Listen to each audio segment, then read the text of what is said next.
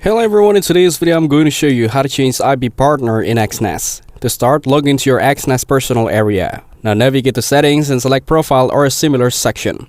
If available, look for a change 1P or partner code option. If you don't see the option, open the live chat or send an email to support@exness.com. Provide your account number, current IP or partner code, and the new IP's code or referral link. State the reason for the change, e.g. better support, better match in your message. Submit the request and wait, typically 1 or 3 business days for Exness to update the link. If the change is approved, any new trading accounts you open will be credited under the new IP. Your existing accounts may remain with the old IP. If a direct switch isn't permitted, consider opening a new account using the new partner's referral link to ensure the new IP is applied. After the process completes, confirm in your personal area that the new IP code is linked and start trading under the new partner. That's it. Thanks for watching. Don't forget to like and subscribe for more videos.